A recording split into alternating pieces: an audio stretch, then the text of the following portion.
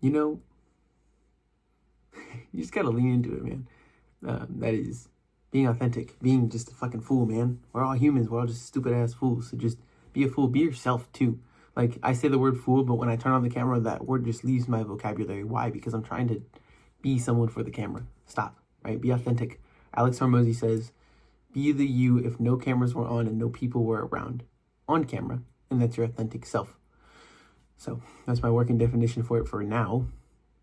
But I will say that I find it really interesting that I forgot what the fuck I was going to say. Oh, I find it really commendable, respectable, that people have mastered the art of not giving a fuck.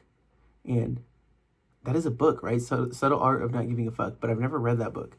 But I am intrigued by the idea of it, is just not giving a fuck about people, right? But it's an art because you can't give a fuck about nothing, because nothing will happen in your life except bad things, because you're giving a fuck about none of it, paying no attention to it. So the subtle art of not giving a fuck, it is indeed an art. And that is to say, not giving a fuck about how people think about your looks, about your plan, about your ideas, about your goals, about your dreams, about your skills, about your ways of living and dressing and acting.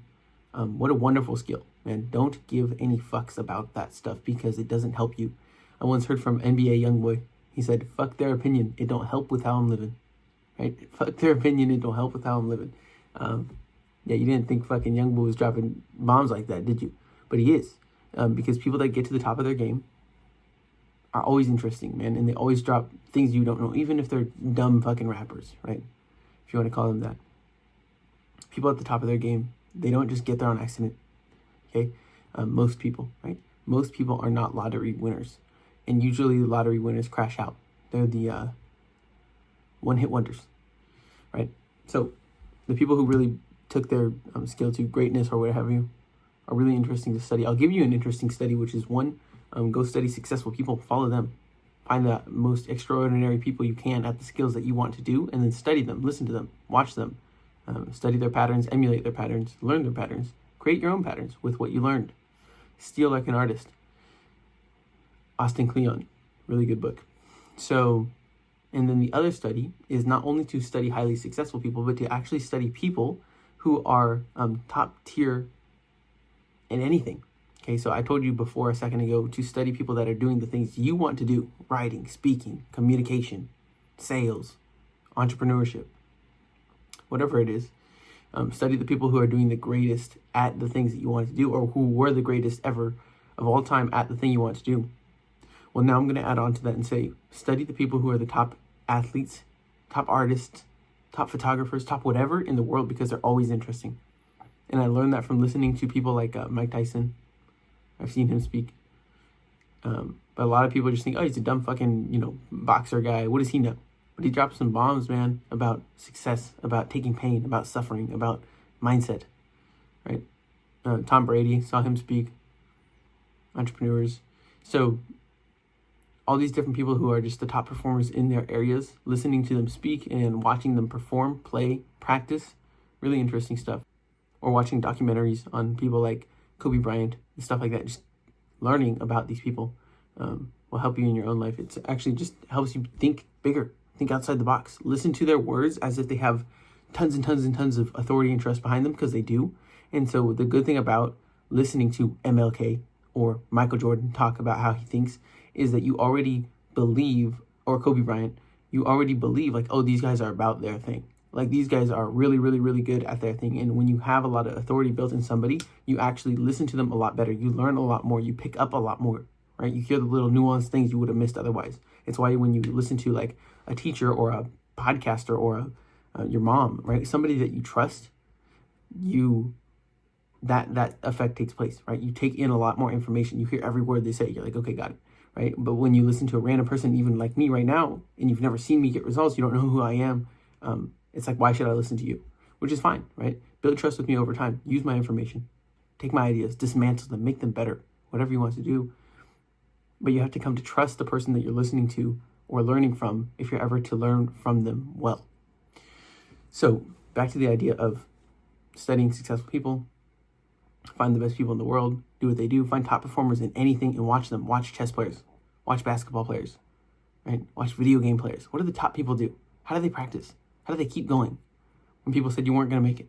How do they keep going when they fail over and over and over, or when they hit roadblocks, or when they, cap out and they can't get better, or they're in a slump? What do they do? How do they think? How do they act to go for their highest goals, to surpass everybody else? How do they do that? The 1% are doing something different than the 99%. Otherwise, the 99% would match them, but they don't. And it's not even close, right? The 99% is down here, or maybe 90% is down here. 8% is in this range, and then the 1% is in the atmosphere, in the stratosphere.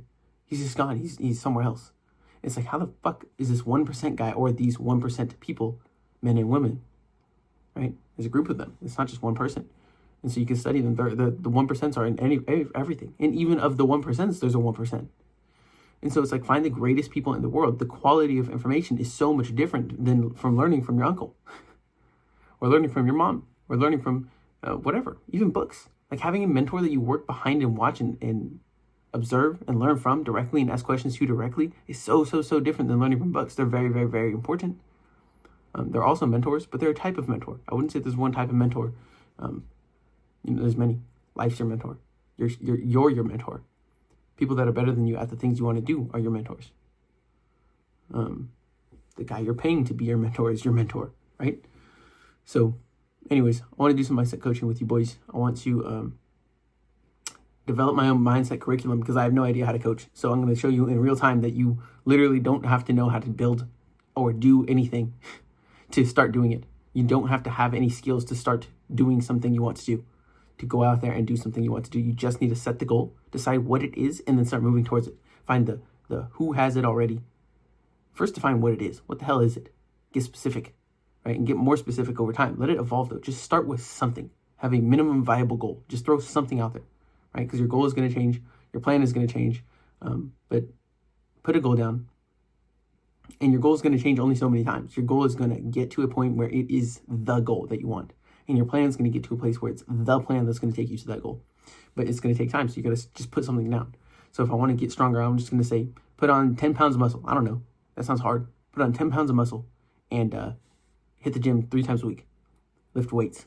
And then 1 time a week, lift body weight because it's fun. I like it. Keeps me going to the gym. All right. So now we have that goal to do that, to gain 10 pounds of muscle.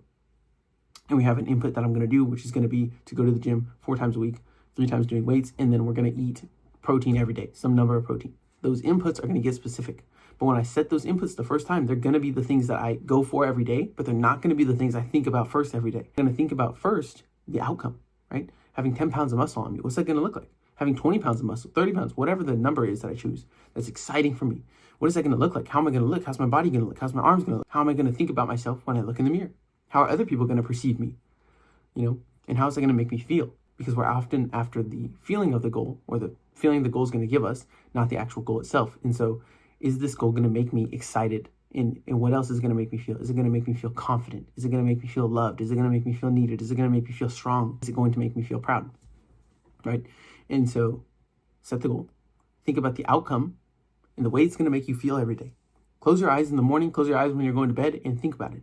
Visualize it. Feel it in your body. Feel it in your body, because you're actually getting the actual biochemistry of your body to change. It is feeling like you can generate the feeling of excitement in your body. I promise you. Think about you achieving that goal. Think about you running through the finish line. Think about everyone clapping for you and your family, all the people that you love because you're helping them out. I promise you can generate this feeling of excitement in your body. And that feeling actually pulls you towards, because our minds gravitate towards what it's most familiar with. And the familiarity comes from feeling, right? It's familiar to feelings. If you're familiar with trauma, you gravitate towards behaviors that generate that feeling of trauma, right? And so you can actually generate this feeling of excitement and love and gratitude and focus and bliss and joy because you've achieved this goal in your body over and over and over. And I guarantee you, it actually does pull you towards that life you want to live.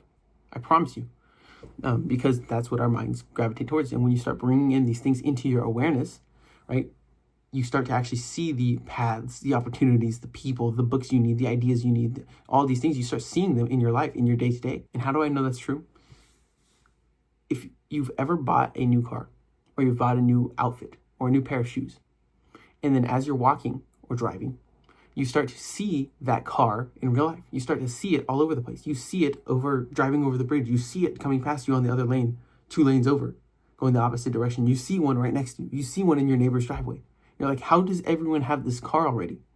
Did they not have the car before? Of course they did. And the reason that you see that car everywhere now is because it's important to you. It's in your awareness. Your brain believes, your mind believes it's for your survival that you have this car. And so you start seeing the car everywhere. You see it in the parking lot. You see it in the garage. You see it everywhere, right? And so that is what happens when you set goals. That is what happens when you start visualizing and feeling and thinking about and writing down your goals, your outcomes, the things you need to do to have those outcomes. The you in the future having those skills, having the identity, having the beliefs, having the values, having the habits of the person you want to be. When you start seeing those things, your mind starts bringing into your awareness all these things that you need to go in that direction. I promise you this is how it works.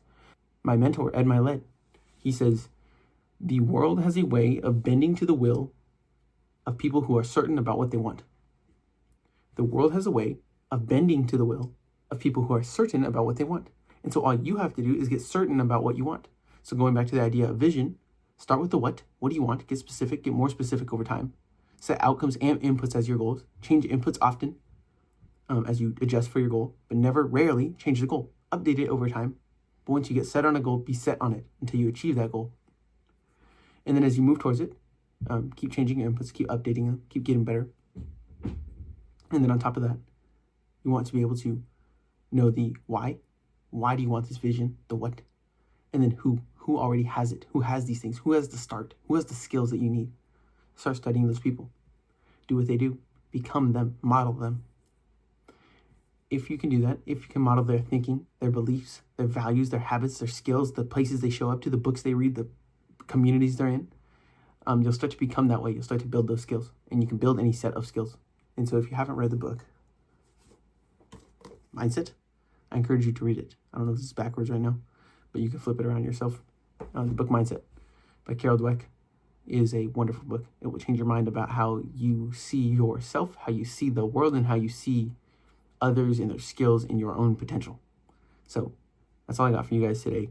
Again, I'm going to start my mindset coaching, so if you want to tap into that, do it with me. 30 minutes, 60 minutes, whatever. We'll do a call for free. You can just tap in. I just want to develop the curriculum. What am I actually going to teach people? So I'll ask you some questions. What do you know about mindset? Have you ever heard of it? Is it useful to you? Has it been useful? Do you want to upgrade it? What skills do you struggle with? What problems do you have when it comes to what you believe to be mindset problems? Can you not endure? Can you not get through failure? Can you not take criticism from people? Right? Do you shut down when people throw that at you? What is it? So I'm going to ask you some questions and we'll develop the curriculum from there. Again, you don't need to know how to do a skill to start actively participating in doing it. Okay? So I'm going to teach you that. You can learn a skill on the fly, and that's all you're ever going to do when it comes to skills. It's never going to feel perfect. You're never going to know what to do for sure. You're just going to try things. You're going to get feedback. You're going to iterate. You're going to do it again over and over and over until you become as great as you want to be. And you can boost that feeling of motivation, of momentum, of fulfillment, whatever, by serving other people with what you build and by getting around people who do the things you do. So have similar values to you. That's why you want to have a friend group who has values that you want to adopt, because you will. The group changes you. You don't change the group. So get into a group that is like the person you want to be, and you'll become them. They all became that way because they joined the group, right? So I'll see you guys soon. Please have a wonderful night.